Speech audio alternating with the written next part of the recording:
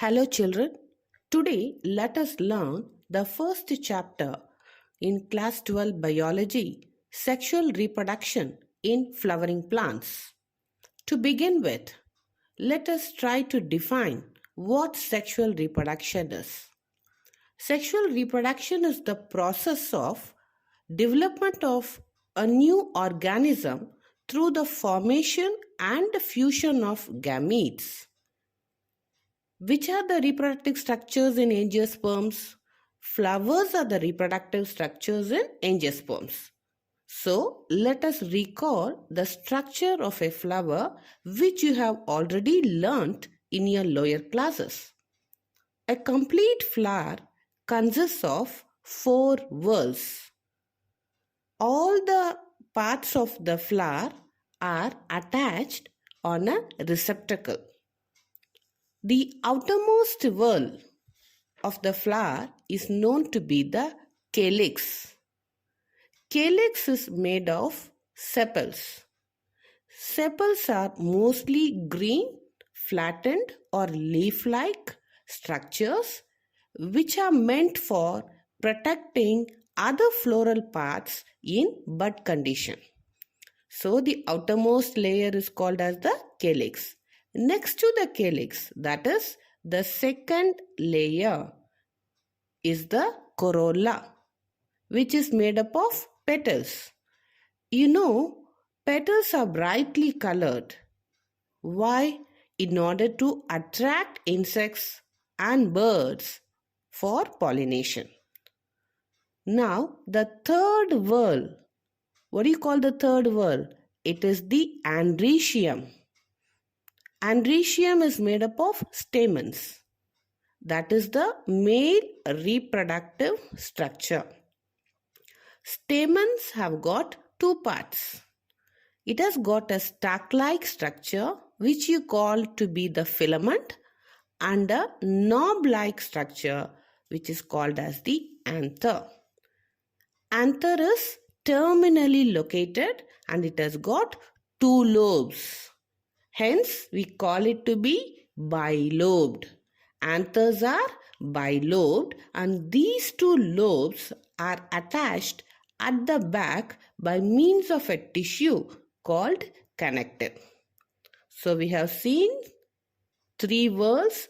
Now, we are going to see the innermost 4th whorl which you call to be the gynoecium. It is nothing but the carpel or the pistil which is the female reproductive part of the flower. So, the free occurring unit of gynoecium is called the pistil. So, each pistil has got 3 parts. It has got a basal swollen ovary, a sac-like style and a terminal receptive part called the stigma. So, now we have seen the 4 whorls of the flower. Inside the ovary, ovules are present and after fertilization, the ovary turns into a fruit and the ovules become seeds. Is it clear, children? Now, based on the presence of the reproductive structures in a flower, they are classified broadly into 2 categories, namely bisexual and unisexual flowers. So, what are bisexual flowers? Bisexual flowers contain both the male as well as the female reproductive structures, that is both stamen and carpel. If they are present in the same flower, we call that to be a bisexual flower. For example, hibiscus and rose. Then what are unisexual flowers?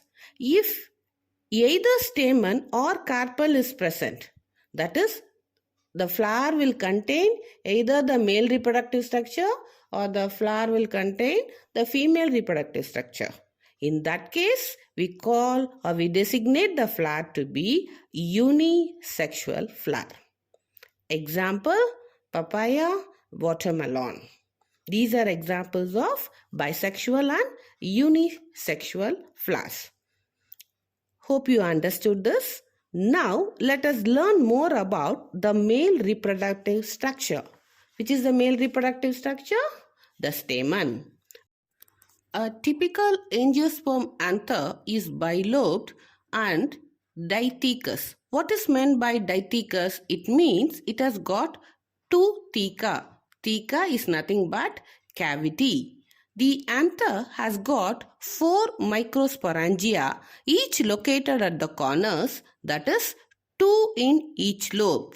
So in total, one anther has got 4 microsporangia. What are microsporangia?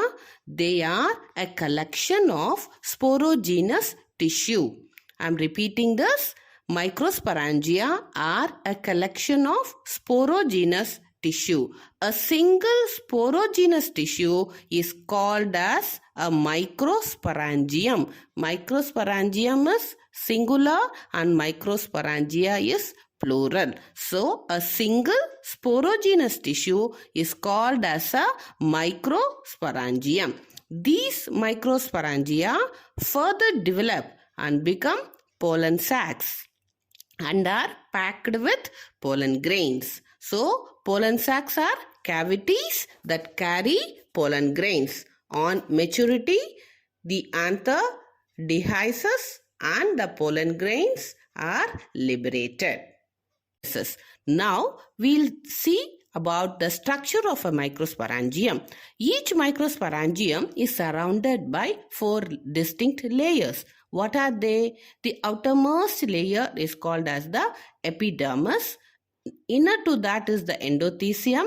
Then you got the middle layers and the innermost 4th layer is the tapetum. I'm repeating this. The outermost layer epidermis, endothecium, middle layers and tapetum.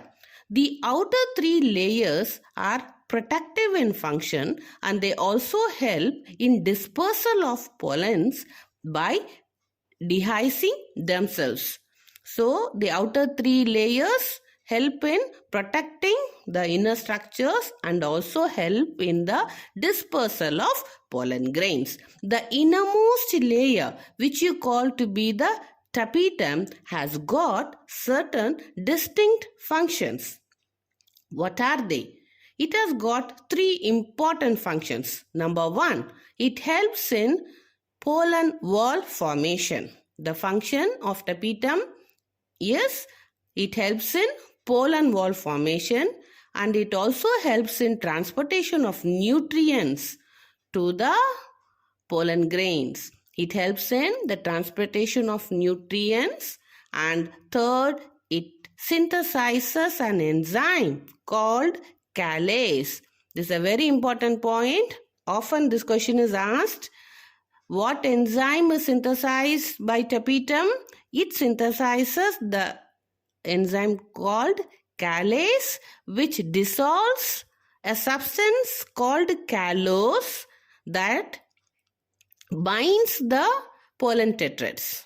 So, what are the 3 functions? It helps in pollen wall formation, it helps in transportation of nutrients to the pollen grains. Number 3, it helps in the synthesis of the enzyme callase, thereby dissolving the substance called callose that binds the pollens in a pollen tetrad.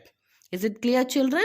So, now we have discussed about the structure of microsporangium.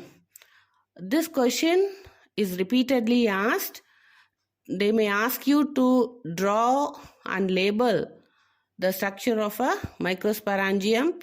They will ask you to show an enlarged view of the walls of the microsporangium, where you have to clearly show the 4 layers. At the end of this session, we will be discussing about the questions. There we will discuss in more detail. Now we will move on to the next topic about microsporogenesis. So what is microsporogenesis?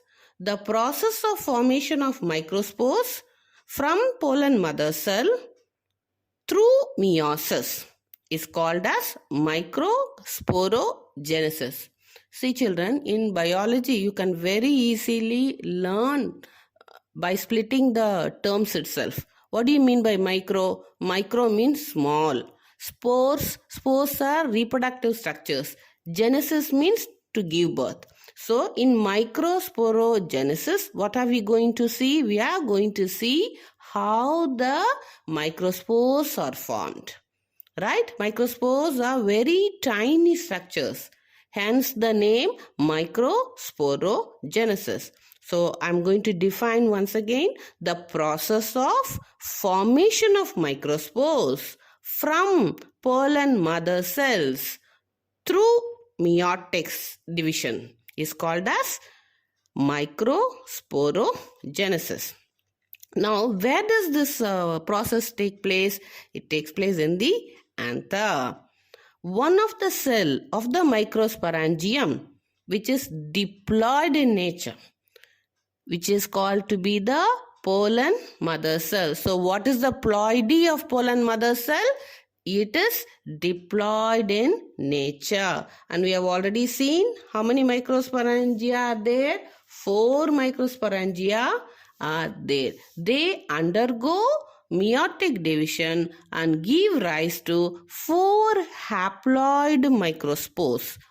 These microspores later mature and become pollen grains. That is, from one pollen mother cell which is diploid in nature, we get 4 haploid microspores through meiosis. I'm repeating this. One pollen mother cell which is diploid in nature produces 4 haploid microspores through meiotic divisions. Right? This is how microspores are formed. As the anthers mature, the microspores separate from each other and they develop into pollen grains and they are dispersed. Is it clear, children? This is microsporogenesis. Now we are going to learn something more about the pollen grain. Pollen grain is the first cell of a male gametophyte. It is generally spherical in shape and measures around 25 to 50 micrometers in diameter. It has got 2 layers, an outer layer which you call to be the exine, which is very thick and hard, and an inner intine which is thin and elastic. The exine is made up of sporopollenin, which is highly resistant to chemical and biological decomposition. So, pollen wall is well preserved for a longer period of time. But at certain places, the exine remains very thin because at those places sporopollenin is absent, and we call such areas as germ pores, and through these germ pores, pollen tube emerges at the time of germination of the pollen grain.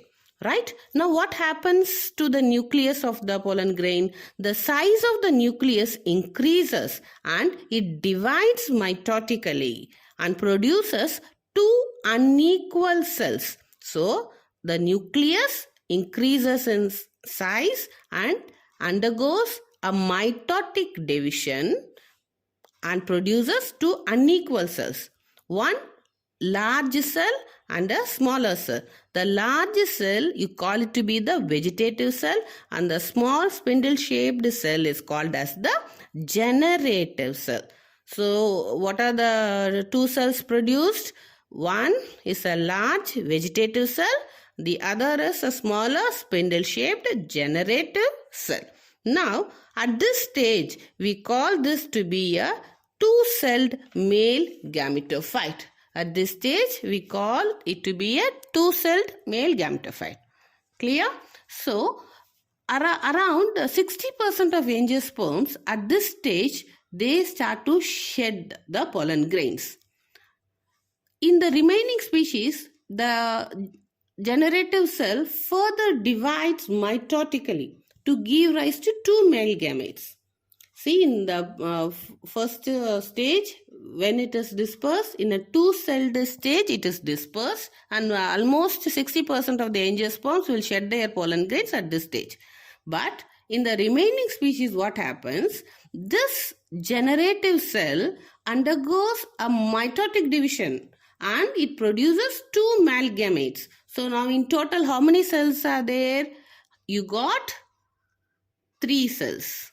So this is a 3-celled stage of the male gametophyte. Now you call it as a 3-celled male gametophyte. So in most of the plants, the pollen grains are shed when it is in 2-celled stage. In remaining species, it is shed at 3-celled stage. So which is the cell that undergoes mitotic division? It is the generative cell, not the vegetative cell. Clear, children? Now, after these gametes are produced, what happens? By different means of pollination, these pollen grains are carried over and deposited on the stigma of flowers, and the process of fertilization begins thereafter. Is it clear? Now, let us see the detrimental effects of pollen grain. Pollen grains of various plant species can trigger severe allergies in susceptible individuals, leading to chronic respiratory disorders such as asthma and bronchitis. Pollen allergy impacts the mucous membrane of the eyes, the nose, and other parts of the body.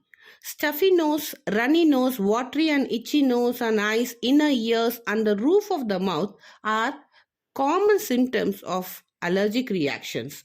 Do you know which plant causes pollen allergy? That is a common weed. It is Parthenium, carrot grass, that causes allergies. The pollen of Parthenium are small, light and dry and are carried by wind. So they easily enter our body and induce hypersensitivity or allergy in the respiratory tract. A question has been asked in the year 2014 asking to name the plant that causes allergy. Yes. So now we'll see about the economic importance of pollen grains. Pollen grains are rich in nutrients and therefore used in the form of tablets as food supplements. Pollen consumption has claimed to increase the performance of athletes and race horses. So I think you all understood about the economic importance and what are the detrimental effects of pollen grains. So with this, we are just finishing this unit on microsporogenesis. Now we'll discuss some questions from previous year CBSE question papers in the units so far we have learned. Yes? Here there's a question on tears of mature anther asking to identify A and B and to mention their function. This question was asked in the year 2019. So you know what sporogenous tissue is? Sporogenous tissue, they produce the microspore mother cell or the pollen mother cell, and this pollen mother cell undergoes meiotic division and forms a tetrad of 4 microspores. That is the answer. And regarding the function of tapetum, I think we have already discussed this in detail, so I'm not going to repeat it. And the same question about tapetum is repeated in 2 different forms. I'm just reading out the question alone. An anther with malfunctioning tapetum often fails to produce viable male gametes. Give one reason. And the next question is, write the function of tapetum in anthers. In both the questions, you have to write one important function of tapetum, that is to nourish the microspores. Yes, children. There's one other question. In the year 2014, this was asked. Give an example of a plant which came into India as a contaminant and is a cause of pollen allergy. The answer is Parthenium or carrot grass. Parthenium or carrot grass is a major contaminant which came to India and caused pollen allergy. Right. There is one other question that was repeated twice. The question is, how are pollen banks useful? How are pollens preserved in pollen banks? Explain how are such banks benefiting our farmers? Write any two ways.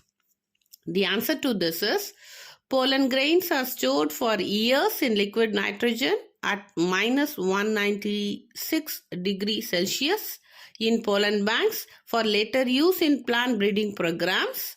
Plant breeding is a technique of manipulation of plant species in order to create desired plant types that are better suited for cultivation to give better yield that are disease resistant.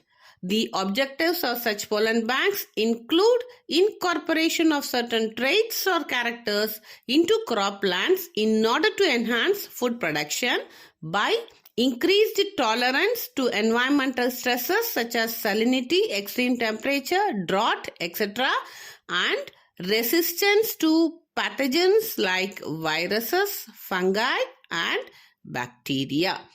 So, this is an elaborate answer.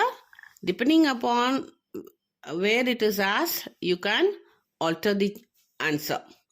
The next question. Write down the function of germ pore in a pollen grain of an angiosperm. This was asked in the year 2018. Germ pores are prominent apertures. Apertures means holes. Germ pores are prominent apertures of pollen grain exine where sporopollenin is absent. These are the regions where intern comes out, forming a pollen tube to release male gamete into the embryo sac.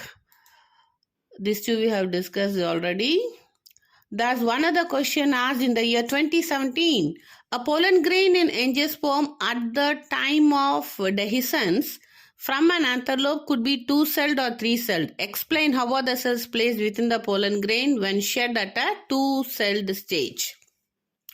So I think this answer has been discussed in detail. So I'm not going to repeat this. Please follow the video.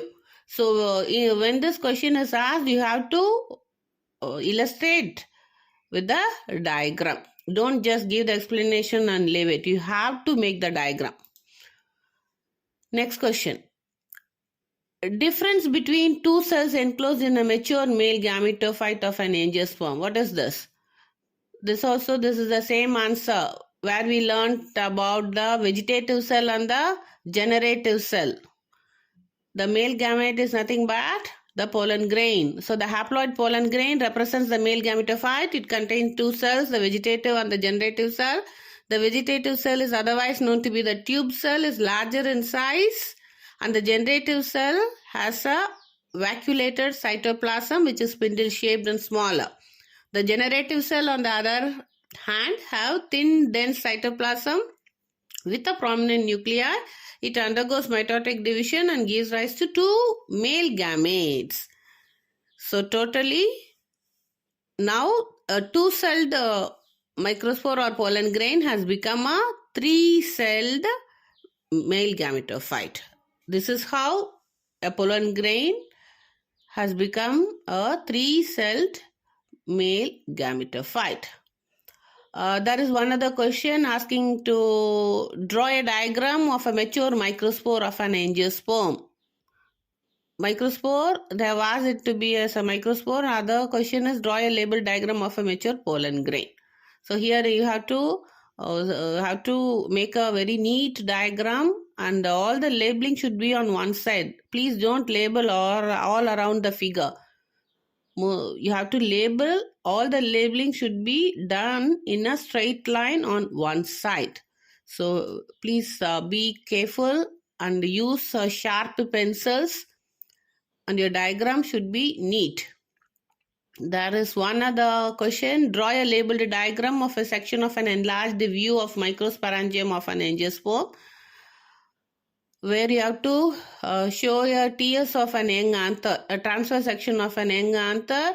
And when you make this diagram, you have to show all the different layers. You have to show the epidermis, endothelium, sporogenous tissue, tapetum, middle layers, connective tissue. Everything should be visible in this transverse section of an young anther. You should label all these. Next one is, and they have asked to show a section of enlarged view of microsporangia.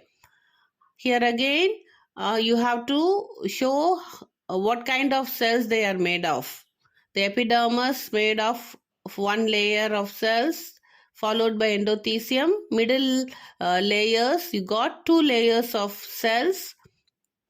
Then you got the tapetum, and within that layer is the microspore mother cell. All these should be labeled. Clear, children? So this lesson is very simple, and only a part of the lesson we have completed so far. We'll continue now. Yes, children. Now let us learn about the female reproductive structure, the gynoecium. If the flower consists of a single pistil, then we call it as monocarpellary. And if the flower consists of more than one pistil, we refer it to be multicarpellary. A multicarpellary pistil can be either syncarpous or apocarpous. What do you mean by a syncarpous gynoecium? In a syncarpous gynoecium, the carpels are fused with each other, as in tomato, mustard, and hibiscus. And in an apocarpous gynoecium, the carpels are free. They are not attached.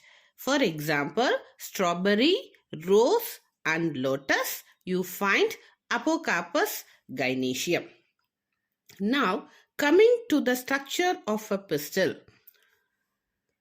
The pistil of a flower is well protected as it is located in the center of a flower.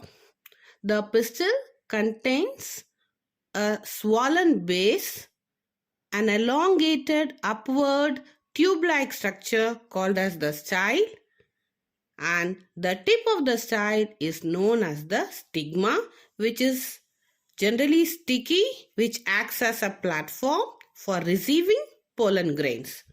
So, a pistil has three parts: a basal swollen ovary, a stalk which you call to be the style, and a terminal receptive sticky disc which you call as stigma. Yes, what is the function of the style? The function of the style is for transporting compatible pollen grains to the ovules.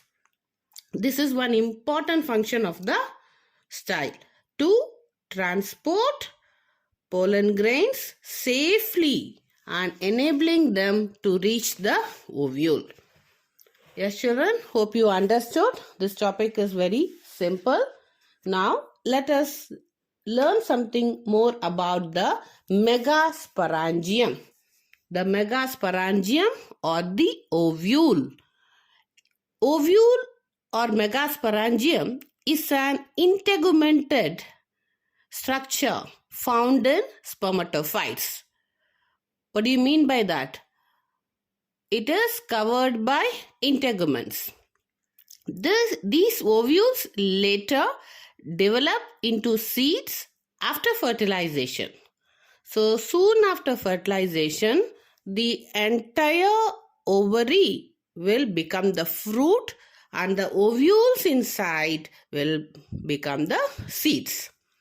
Each ovule is attached to the placenta by means of a stalk which you call as the funicle. So what is funicle? It is a small stalk that attaches the ovule to the placenta. The body of the ovule fuses with the funicle in a region, and that region is called as hilum. Thus, hilum represents the junction between ovule and funicle. Is it clear, children? Now we are just in detail, we are learning about the structure of the megasporangium. Clear? So each ovule has one or two protective envelopes called integuments. Integuments encircle the nucellus. What is nucellus? It's a mass of cell having abundant reserve food material. It has got a small opening. The nucellus has got a small opening at the tip, and you call that to be the micropyle.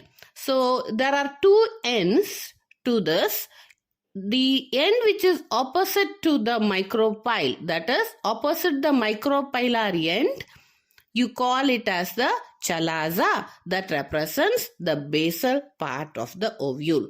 So just imagine, visualize an ovule, a basal part which you call to be the chalaza, and opposite to that is the micropylar end.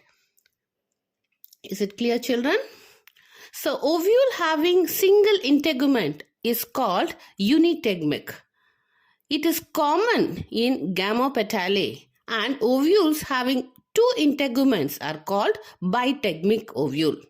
So I'm not going into much detail, but it's just for your reference. Ovules which have single integument, you call them to be unitegmic, and ovules which have two integuments, you call that to be bitegmic ovule.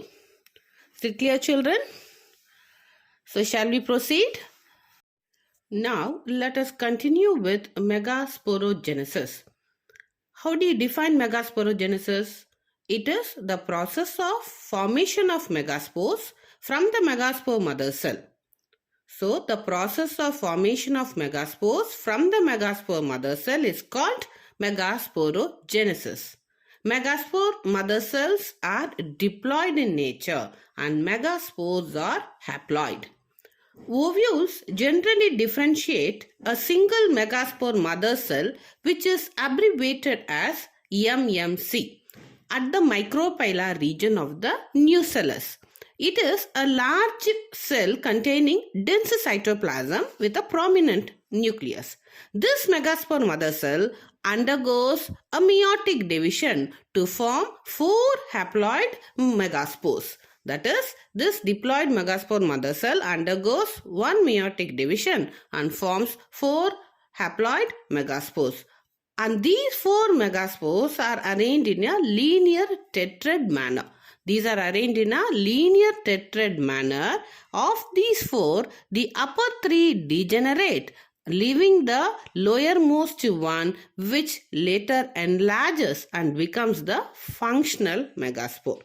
So the formation of one functional megaspore from megaspore mother cell through meiotic division is called megasporogenesis. Yes, children? Now let us learn something more about the embryo sac, which is the female gametophyte.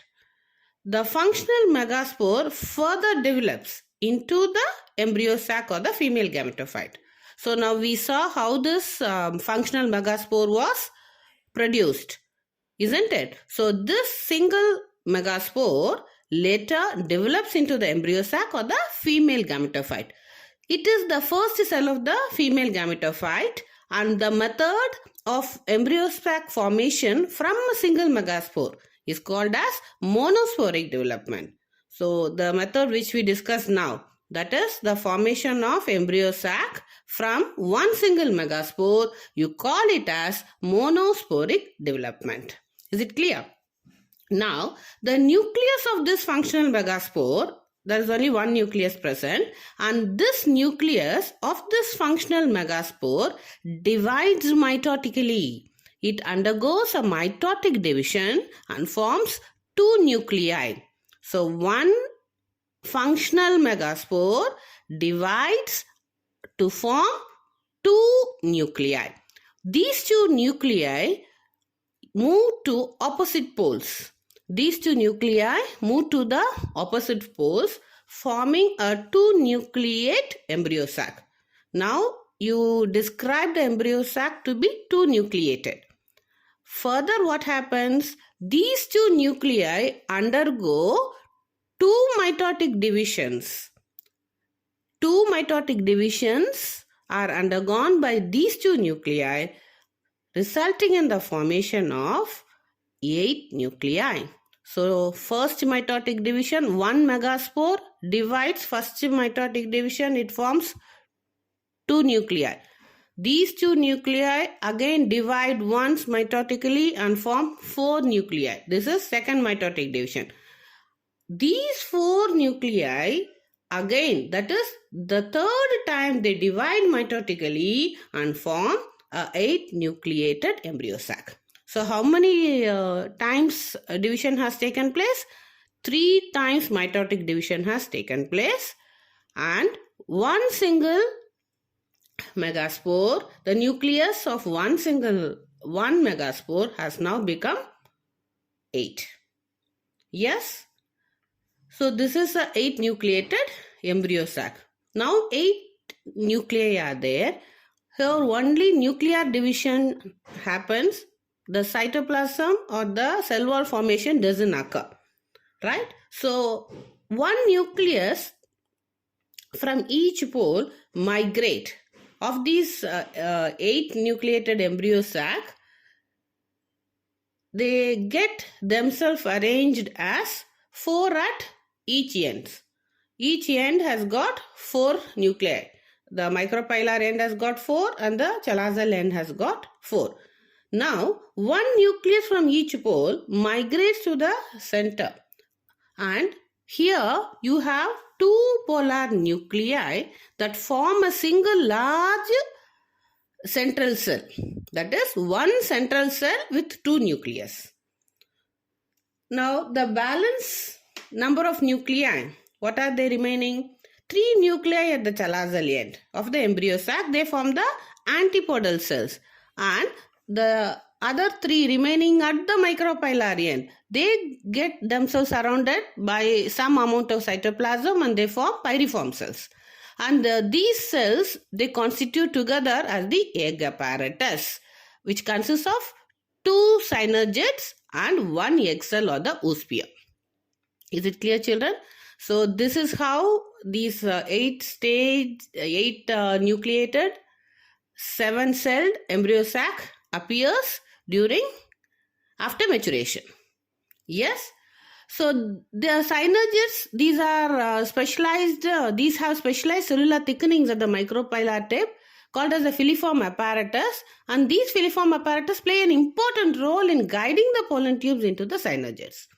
Now, as the pollen tubes are guided towards the egg cell, the male gamete fuses with the egg cell, the gamete of the female gametophyte, and it forms or produces a zygote. So the egg cell fuses with the male gamete and forms the zygote. And later the synergids and the antipodal cells get disorganized. So now you can see a matured embryo sac after fertilization. So hence a typical angiospermic embryo sac at maturity looks having 8 nucleus and 7-celled, 8 nucleated 7-celled structure. Hope it is understood, children. So I think with this part 1 of sexual reproduction in plants gets completed.